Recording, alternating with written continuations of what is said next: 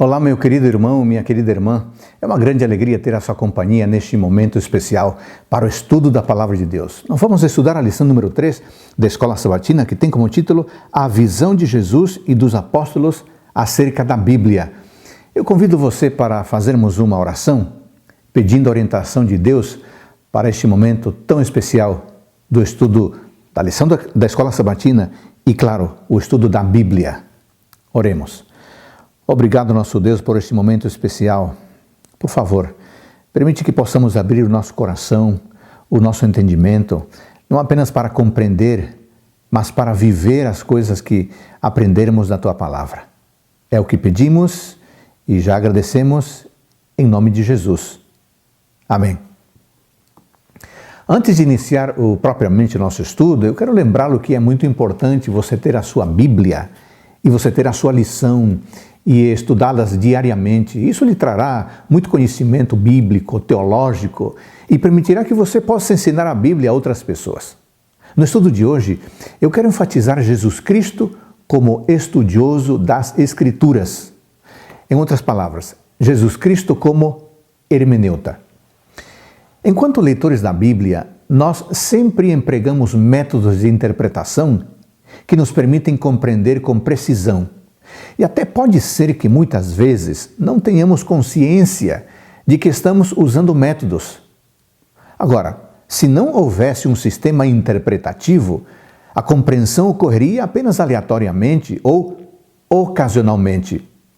De modo que, ao longo dos séculos, se as pessoas têm corretamente compreendido a palavra de Deus, é porque têm utilizado princípios apropriados e métodos de interpretação corretos, embora sem treinamento bíblico formal.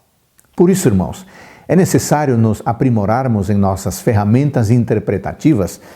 E aqui quero mencionar rapidamente 4 razões, ou digamos, lacunas ou bloqueios, pelos quais precisamos, de fato, de métodos de interpretação. Primeiramente, há uma lacuna histórica que separa o leitor atual tanto do autor quanto dos leitores originais ou leitores primitivos. Por causa disso, por exemplo, seria muito fácil classificar Jonas meramente como antipático e desinteressado pela salvação dos gentios, a menos que conheçamos a crueldade e a pecaminosidade dos ninivitas. Além disso, há também uma lacuna cultural, devido à notável diferença entre a nossa cultura e a cultura hebraica. Isto pode comprometer a objetividade do estudo da Bíblia.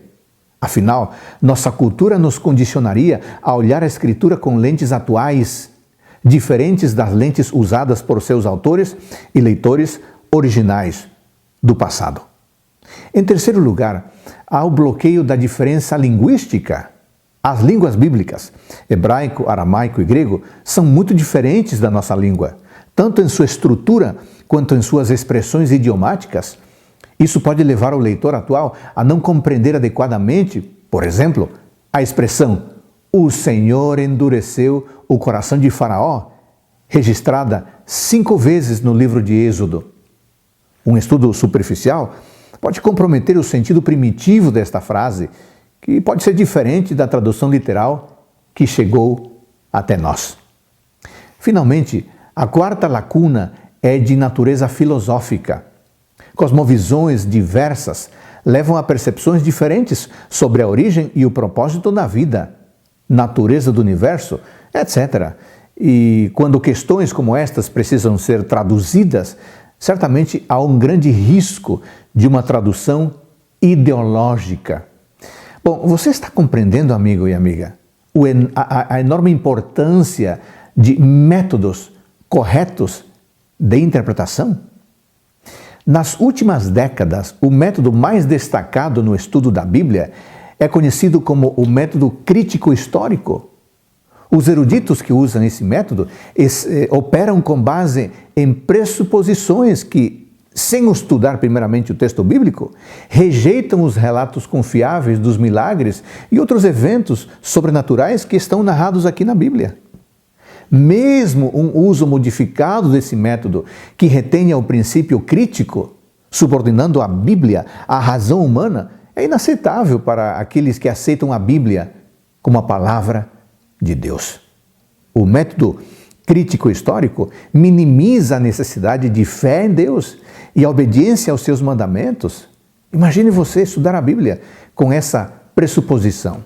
Além disso, uma vez que tais métodos obliteram o elemento divino da Bíblia, como um livro inspirado, isso compromete também, porque esse método nos leva a depreciar ou a discordar da profecia, por exemplo, da profecia apocalíptica, nos leva a não aceitar as porções escatológicas das Escrituras.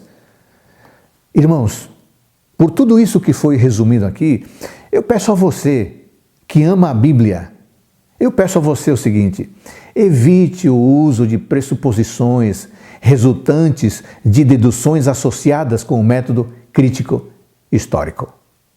Bom, eu penso que em lugar de dar espaço para o método crítico histórico de interpretação da Bíblia, vamos olhar para o modo como Jesus Cristo lia a Bíblia.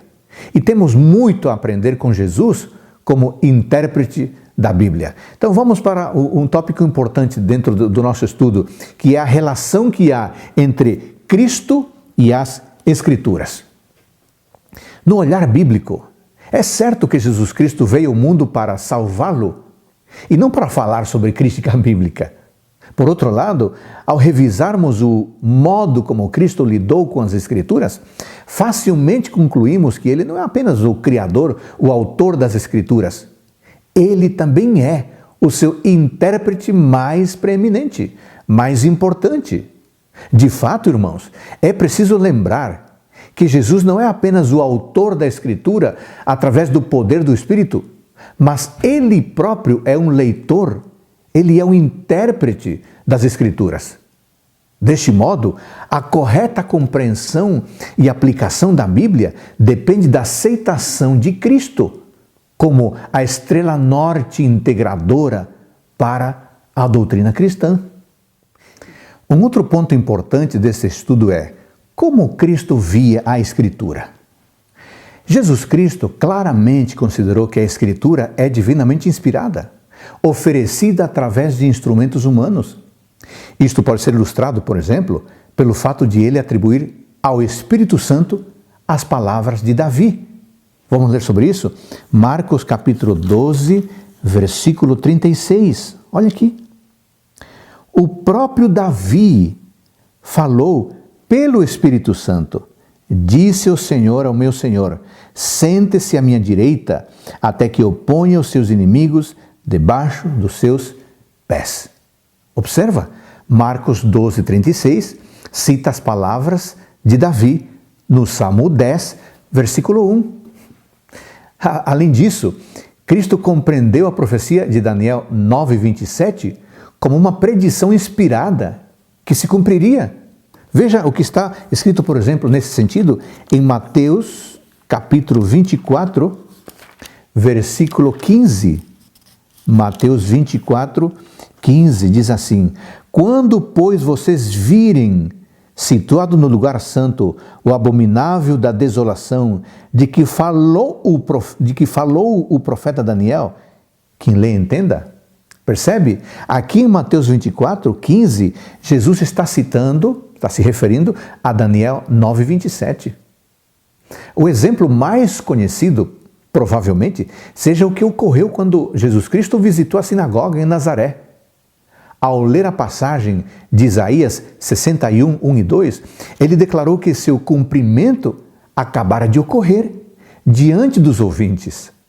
Vamos ver esse texto? Lucas capítulo 4, versículo 21.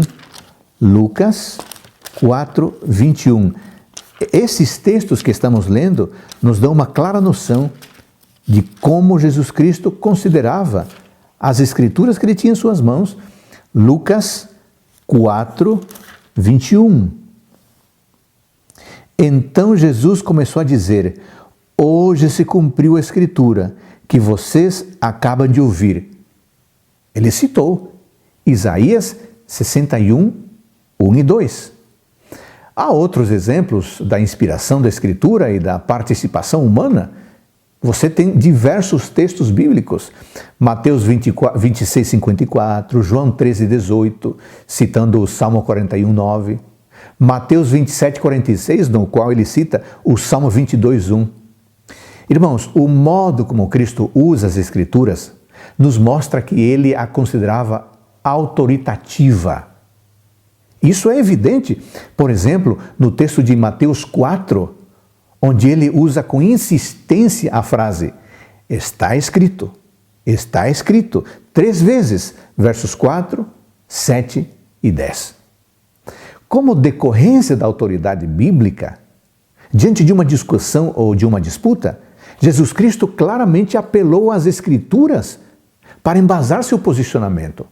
E eu quero citar agora uma série de versos bíblicos a esse respeito e gostaria que você conferisse. Por exemplo, Mateus 12, 3. O que está escrito em Mateus 12, 3?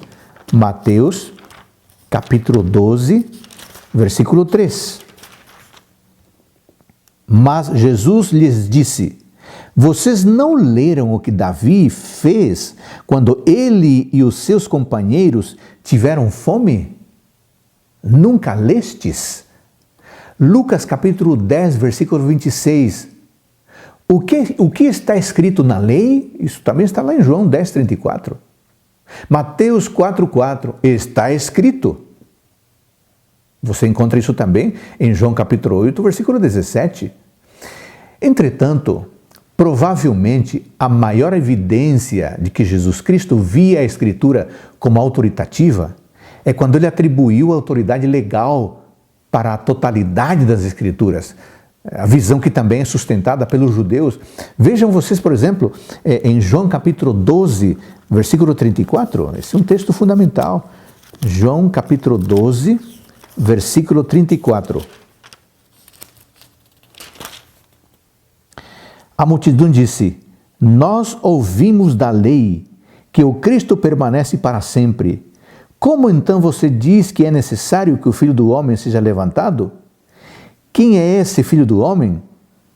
Você percebe como a multidão também notava justificava ou legitimava essa ideia? Essa questão de que a Escritura tinha autoridade, a totalidade da Escritura tinha autoridade legal. Jesus Cristo entendia assim e os judeus também entendiam dessa forma.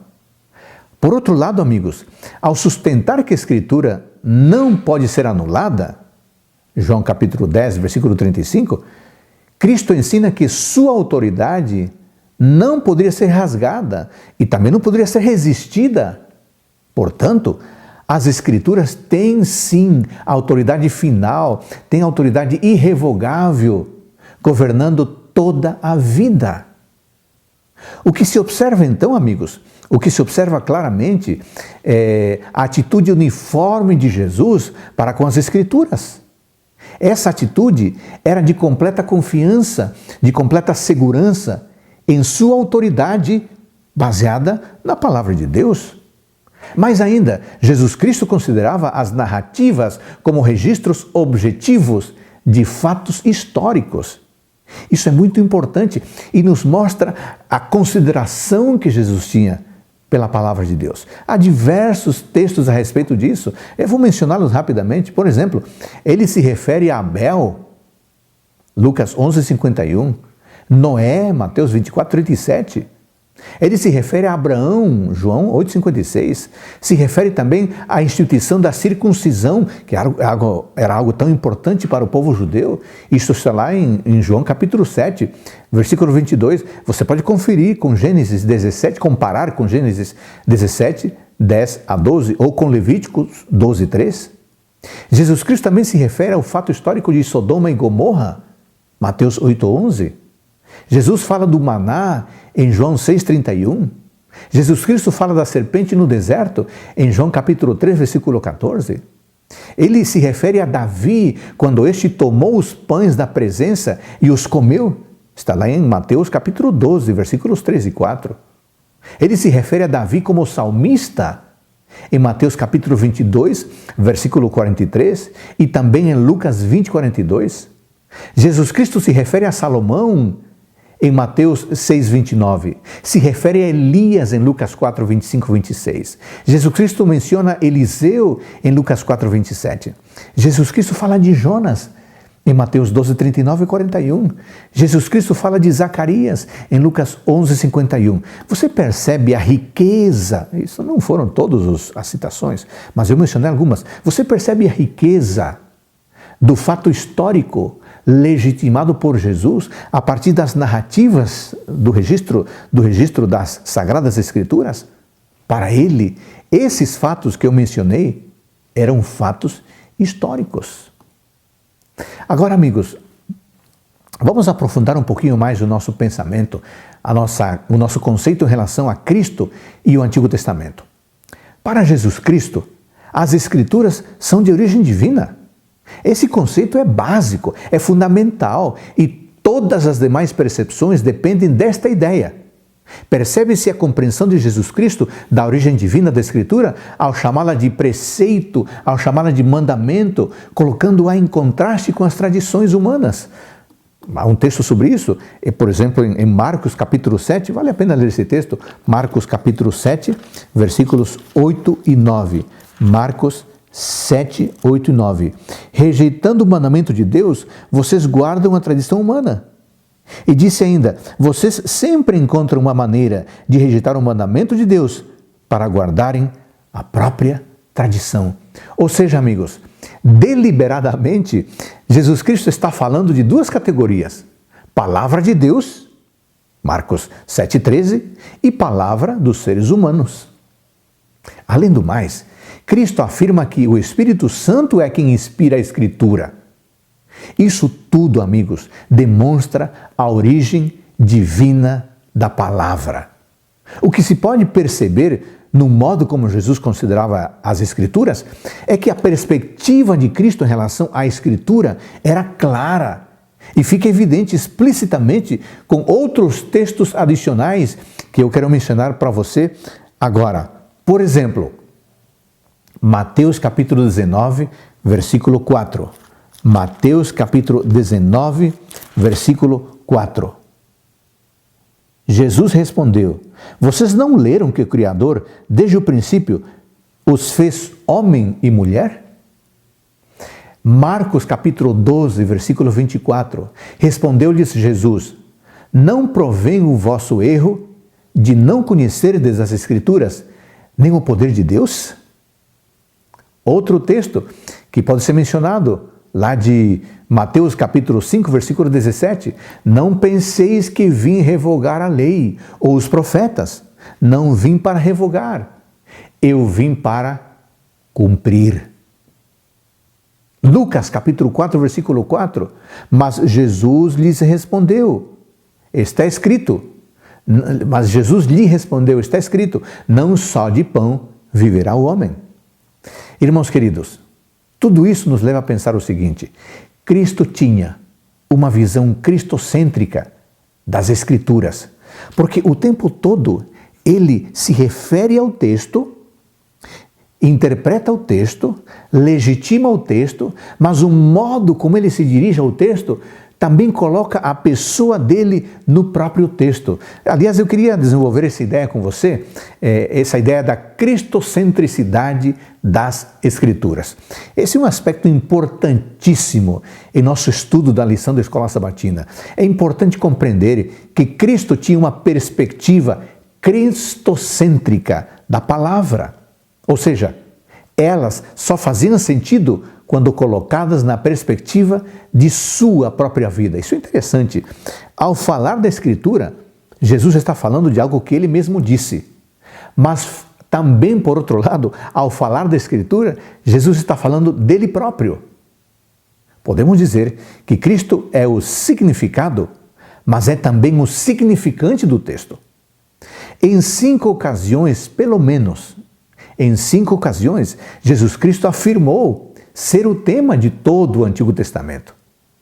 Vamos conferir esses textos? Mateus capítulo 5, versículo 17. Jesus Cristo como o centro do Antigo Testamento. Mateus capítulo 5, versículo 17. Não pensem que vim revogar a lei os profetas, não vim para revogar, vim para cumprir. Você percebe como Jesus Cristo se coloca na ação cumpridora da palavra de Deus? Lucas capítulo 24, versículo 27. Lucas capítulo 24, versículo 27. Diz assim, Lucas 24, 27. E começando por Moisés e todos os profetas, explicou-lhes o que constava a respeito dele em todas as Escrituras. Há um outro texto, um terceiro texto, que é fundamental nessa compreensão. Lucas capítulo 24, versículo 44.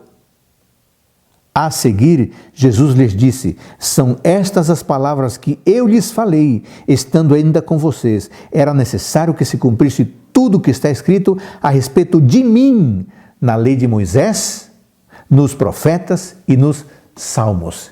Percebeu? A respeito de mim. O texto fala de Cristo.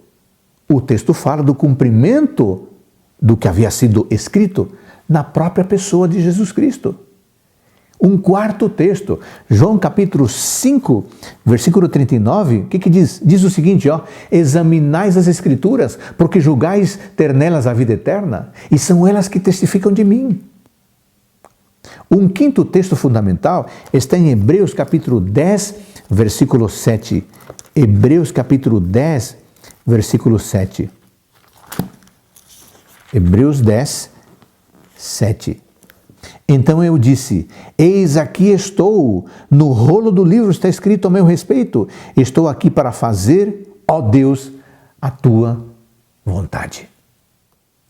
Todos esses textos que nós acabamos de ler, especialmente esses 5 últimos, mostraram que Jesus não era apenas aquele que deu o texto para nós, mas a Escritura se cumpre na vida dele. É por isso que é importante considerar a cristocentricidade da palavra de Deus. Eu quero agora abordar um outro tópico com você. Cristo era fiel aos princípios de textos do Antigo Testamento. Sim, amigos, Jesus Cristo demonstrou ser fiel aos princípios de textos do Antigo Testamento. Por exemplo, Jesus referiu-se a Oséias capítulo 6, versículo 6, para justificar o fato de seus discípulos comerem com publicanos e pecadores. Vamos ler esse texto em Mateus capítulo 9, versículos 10 a 13. Mateus capítulo 9, versículos 10 a 13. A palavra de Deus diz assim, Mateus 9, 10 a 13. Estando Jesus à mesa na casa de Mateus, muitos publicanos e pecadores vieram e tomaram lugares com Jesus e os seus discípulos. Vendo isto, os fariseus perguntavam aos discípulos de Jesus, por que o mestre de vocês come com os publicanos e pecadores? Mas Jesus, ouvindo, disse, os sãos não precisam de médico, e sim os doentes. E aqui ele cita o texto de Oséias 6,6. Vão e aprendam o que significa, quero misericórdia e não sacrifício, pois não vim chamar justos, e sim pecadores. Percebe? Ele usa em Mateus 9, Oséias 6,6. Certamente, amigos, as aplicações feitas diferiam umas das outras, mas o princípio que subjaz a esse texto, especificamente, permanece o mesmo. E qual é? A atitude do coração é mais importante e sempre toma a precedência sobre uma mera obrigação externa. O que parece claro, amigos, é que Jesus Cristo entendia a importância do Antigo Testamento para compreender o Novo Testamento. Afinal, sem a linguagem do Antigo Testamento, a igreja ficaria sem linguagem. E mais ainda, ela não encontraria palavras para anunciar o testemunho de Cristo, do qual está incumbida. Há um outro aspecto que eu gostaria de abordar com você brevemente, que são 2 erros apontados por Jesus Cristo. Em sua tarefa de hermeneuta, em seu trabalho de intérprete do texto, Jesus Cristo surpreende por sua simplicidade, por sua objetividade, por sua clareza e também por sua profundidade. Um exemplo disso está numa frase conhecida dos evangelhos. E eu quero que você me acompanhe em Mateus capítulo 22, versículo 29.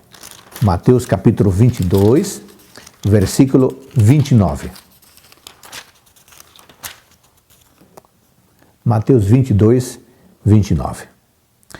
Diz assim, Mateus 22, 29. O erro de vocês está no fato de não conhecerem as Escrituras nem o poder de Deus. Neste texto, Jesus Cristo destaca dois aspectos fundamentais, dois temas fundamentais. Em primeiro lugar, uma vez que esses treinados estudiosos das Escrituras memorizavam a Bíblia pelos livros, Jesus não está atribuindo seu erro teológico a uma ignorância das palavras da Escritura, não. Ele está atribuindo isso à falta de compreensão do seu significado. Ou seja, o caráter da Escritura, da palavra de Deus, e a sua verdade divina não é para ser encontrado apenas citando a Bíblia, mas discernindo, compreendendo o seu verdadeiro significado. Isso quer dizer, amigos, que não basta decorar versos bíblicos. É importante decorá-los, mas não basta decorá-los. É necessário compreendê-los. Em segundo lugar, a ignorância da Escritura por parte dos saduceus está justamente conectada com o seu ceticismo sobre o poder de Deus para levantar aqueles que retornaram ao pó da morte, ao pó da terra. Não diferente de alguns cristãos liberais de hoje, eles aparentemente permitiram que dogmas filosóficos epicuristas bloqueassem suas mentes para os ensinamentos dos profetas. Isso era um problema seríssimo. Em vez de recorrer à compreensão profética, preferiram compreender tudo isso à luz da filosofia reinante na época. O que faz Jesus Cristo? Jesus Cristo, então, parece atribuir a ignorância da Escritura ao fato de os saduceus serem céticos em relação ao poder de Deus. E no caso específico aqui citado, está sendo observado que os saduceus não criam na ressurreição. Aqui estamos provavelmente, amigos, diante de um princípio fundamental para uma hermenêutica da perspectiva de Cristo. Para compreender a Escritura, é necessário crer no poder de Deus. Eu vou repetir isto. Para compreender corretamente a Escritura, é necessário crer no poder de Deus. Porque quem não crê no poder de Deus jamais vai compreender adequadamente a Escritura. É o caso de eruditos que não conhecem a Bíblia e que vão ao texto para compreender o texto, mas como ignoram o poder de Deus, ignoram os elementos naturais, jamais vão compreender adequadamente o texto. E aqui, uma pessoa simples, sem estudo formal, mas que estuda a palavra, está à frente dos eruditos, porque pessoas simples, compreendendo o aspecto sobrenatural e compreendendo o poder de Deus, são sim capazes de compreender toda a Escritura. Bom, voltando às palavras de Cristo, dito de outro modo, Cristo não entendia a Bíblia meramente em seu significado abstrato, mas em sua verdadeira significação e aplicação. Significação é aplicação. O exemplo disso é o seu debate sobre o divórcio, que está em Mateus capítulo 19, versículos 3 a 9, você pode conferir depois. Ele apela a Deuteronômio 24, arguindo que Gênesis 1 e 21 e 2 e 24 são os textos que regem o princípio envolvido. Ao fazer isto, Cristo segue uma boa prática rabínica, não negando o caráter da palavra de Deus, mas argumentando contra o uso tradicional de Deuteronômio 24 como a passagem reguladora para o relacionamento conjugal. Ele entende que essa regulação está antes, está lá em Gênesis 1 e Gênesis 2. De fato, amigos, o texto de Mateus 19, 3 a 9, deixa mesmo evidente a abordagem de Cristo de não direcionar sua conversa para um viés teórico, pois a pergunta dos fariseus era de cunho meramente informacional, exigindo um sim ou não, e no máximo, uma justificativa era o que eles queriam. Todavia, Cristo se detém em uma longa consideração de cunho prático. Isso demonstra, amigos, que em Cristo a experiência estava sempre acompanhada da Escritura e vice-versa. Isto é visto, por exemplo, em textos que exprimem esta ideia. Eu quero que você me acompanhe em Lucas capítulo 4, versículo 21. Eu queria ilustrar isso que acabei de mencionar para vocês. Lucas capítulo 4, versículo 21. Lucas 4, 21. Então Jesus começou a dizer: hoje se cumpriu a Escritura que vocês acabam de ouvir. E essa ideia está também em João capítulo 18, versículo 9. Jesus Cristo era capaz de perceber tanto o elemento do significado quanto o elemento da aplicação ou cumprimento daquilo que havia sido anunciado. Sabe que em nossa contemporaneidade, em nossa época, parece que nós temos separado epistemologicamente esses dois aspectos que Jesus menciona e que eles se pertencem, nunca deveriam ser separados. Compreender o que está escrito e crer no poder daquele a quem se refere o escrito. Compreender e crer. Crer para compreender. Irmãos, é o nosso dever reunir o que nunca deveria ser separado: a compreensão e a experiência. A experiência e a compreensão. Tem gente que defende a teoria, tem gente que defende a prática. Isso é uma discussão inócua. Nós precisamos da teoria e da prática e da teoria, da compreensão e da aplicação e da compreensão. Depois de estudar um pouco o modo como Jesus lia e interpretava as Sagradas Escrituras, eu tenho uma pergunta para você. Será que as palavras de Lucas 24 a 25 se aplicam a nós? Será que as palavras de Lucas 24 a 25 se aplicam a nós? Deixa eu explicar um pouco para você. Em Lucas 24 a 25 está escrito o seguinte: ó nécios e tardos de coração. Parece que esta repreensão tinha a função de preparar os discípulos para entrar no caminho da correta compreensão dos textos que lhes eram familiares, uma espécie de postura socrática do Mestre Jesus Cristo.